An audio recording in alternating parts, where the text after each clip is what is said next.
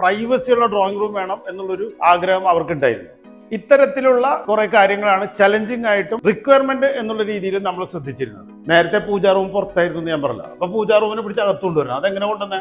നേരത്തെ ഉണ്ടായിരുന്ന പോർച്ച് ഇവിടെ, ആ പോർച്ചിനകത്ത് ഉണ്ടായിരുന്ന സ്ഥലത്തിനെ നമ്മൾ സിറ്റ് ഔട്ട് ആയിട്ടും പൂജാ റൂമായിട്ടും മാറ്റി. അപ്പോൾ പൂജാ റൂം നമുക്ക് ഭംഗിയായിട്ട് ഈ ഭാഗത്ത് കിട്ടും. സിറ്റ് ഔട്ടിൽ നിന്ന് നേരെ അകത്തേക്ക് വരുമ്പോൾ പഴയ ബെഡ്റൂമാണ്. ആ ബെഡ്റൂം അങ്ങനെ തന്നെ എടുത്തിട്ടാണ് ഡ്രോയിങ് റൂം ആക്കിയത്. പ്രൈവസി ഉള്ള ഡ്രോയിങ് റൂം. ഇവിടെ ഇരിക്കുന്ന ആൾക്കാർ നമ്മൾ അടുക്കളയിലേക്കൊന്നും കാണില്ല. അത് വളരെ ഇമ്പോർട്ടന്റ് ആയിട്ട് നമ്മൾ ശ്രദ്ധിക്കേണ്ട ഒരു കാര്യമാണ്. ഈ കാണുന്നത് പഴയൊരു ബെഡ്റൂം ആയിരുന്നു. ഇപ്പൊ നമ്മൾ ആ ബെഡ്റൂം ഒരു പ്രൈവസി ഉള്ള ഒരു ഡ്രോയിങ് റൂം ആയിട്ട് മാറ്റിയിട്ടുണ്ട്. അതുകൊണ്ട് തന്നെ ഈ കാണുന്ന ബീം ഉണ്ട്, ഈ ബീമിന്റെ അപ്പുറത്തേക്ക് കാർ പോർച്ച് ആയിരുന്നു. ആ കാർ പോർച്ച് നമ്മൾ ചേഞ്ച് ചെയ്തിട്ട് ഒരു സിറ്റ് ഔട്ടും പ്രൊവൈഡ് ചെയ്തു. അതുകൊണ്ട് ഇവിടെ ഒരു പൂജാ റൂമും ഉണ്ട്.